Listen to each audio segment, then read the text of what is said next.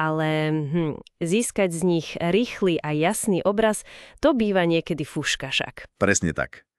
Čísla sú jedna vec, ale vidieť za nimi ten skutočný príbeh firmy, to je to, o čo ide. A práve preto sa dnes pozrieme na analytické nástroje priamo v systéme Pohoda. Často sa im hovorí Business Intelligence alebo skratenie BI. Áno. Naším zdrojom sú hlavne informácie priamo z dokumentácie Pohody a nejaké tie praktické ukážky. Chceme preskúmať, ako tieto funkcie, ktoré využijú najmä manažéri a účtovníci, menia tie suché dáta na prehľadné vizuálne reporty. Presne.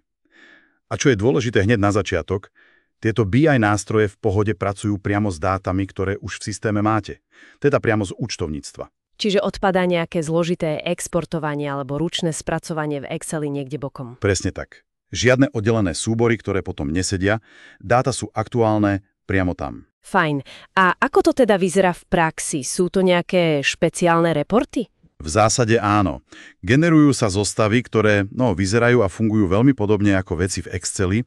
Určite poznáte kontingenčné tabulky a grafy. Jasné, kontingenčky. Áno, ale kľúčová je tu tá interaktivita.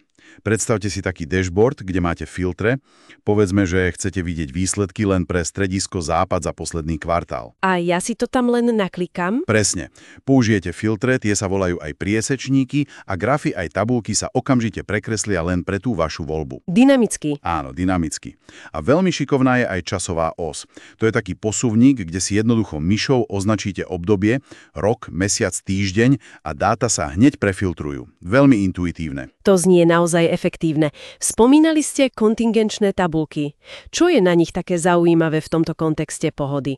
No, ich sila je v možnosti ísť do hĺbky. To sa volá drill down. Vidíte napríklad celkovú sumu nákladov za rok. Kliknete a rozpadne sa vám to na kvartály. Kliknete znova, máte mesiace, potom dni. A čo je úplne super, keď dvakrát kliknete na tú konečnú sumu, tak vidím čo? Vidíte konkrétne riadky z účtovného denníka, ktoré tú sumu tvoria.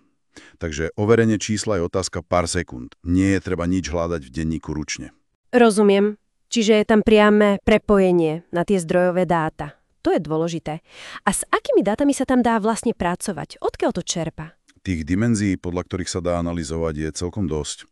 Samozrejme, štruktúra firmy, strediska, činnosti, potom časové údaje, dátum zaúčtovania a podobne. Partnery? Áno, aj údaje z adresára, teda subjekty. A samozrejme, celá hierarchia účtovnej osnovy je k dispozícii.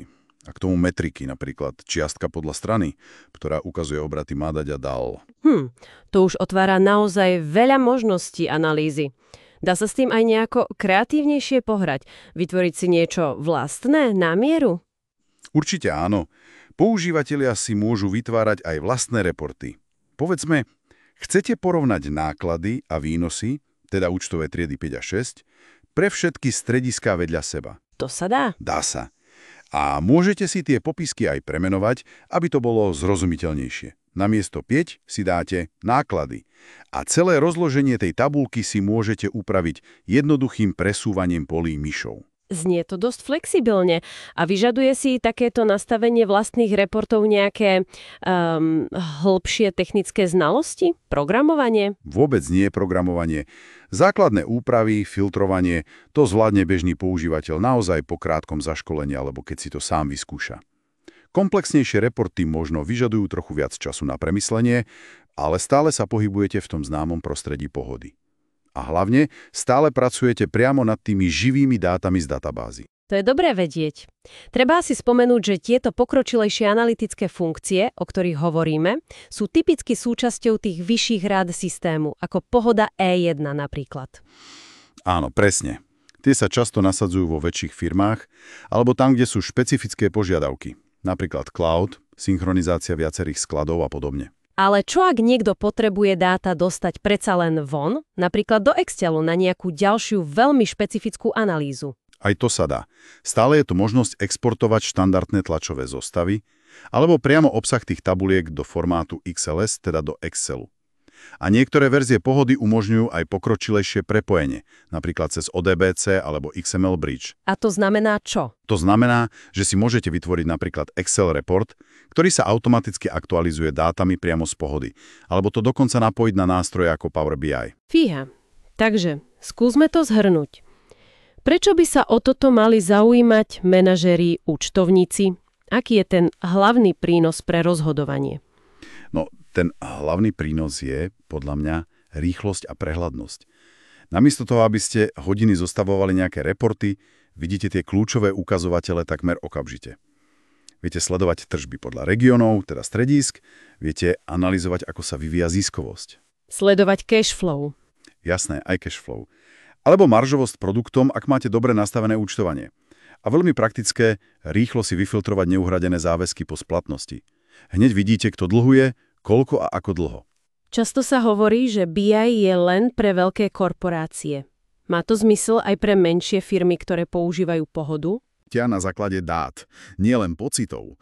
A ak už používa Pohodu vo verzii, ktorá tieto BI nástroje obsahuje, tak vlastne získava veľmi silný analytický nástroj bez toho, aby musela investovať do nejakých ďalších zložitých a drahých systémov. Je to priamo tam. Super. Takže ak to niekto chce vyskúšať, ako má začať? Úplne najlepšie je jednoducho si to otvoriť vo svojej Pohode, ak to teda licencia umožňuje, a pohrať sa s tým. Skúsiť si demodáta, alebo ešte lepšie, vlastné firemné čísla. Klikať na filtre, skúšať rôzne pohľady, grafy. A ak chce ísť hlbšie? Potom odporúčam pozrieť si ponuku školení od Stormware. Tam to vedia pekne vysvetliť a ukázať. Prípadne, ak má nižšiu radu Pohody, môže zvážiť aktiváciu demoverzie Pohoda SQL alebo E1, aby si tie pokročilé BI funkcie vyskúšal. Výborné tipy, ďakujem. A možno na záver taká myšlienka na zamyslenie. Skúste si predstaviť, že by ste sa na tie vaše firemné čísla, ktoré sa pozeráte možno každý deň, pozreli zrazu úplne inak. Cez inú vizualizáciu. Iný graf, iný filter. Aké nečakané súvislosti, možno príležitosti na rast, alebo naopak, nejaké skryté rizika by sa mohli zrazu vynoriť. Len tým, že sa na známe dáta pozriete novým pohľadom.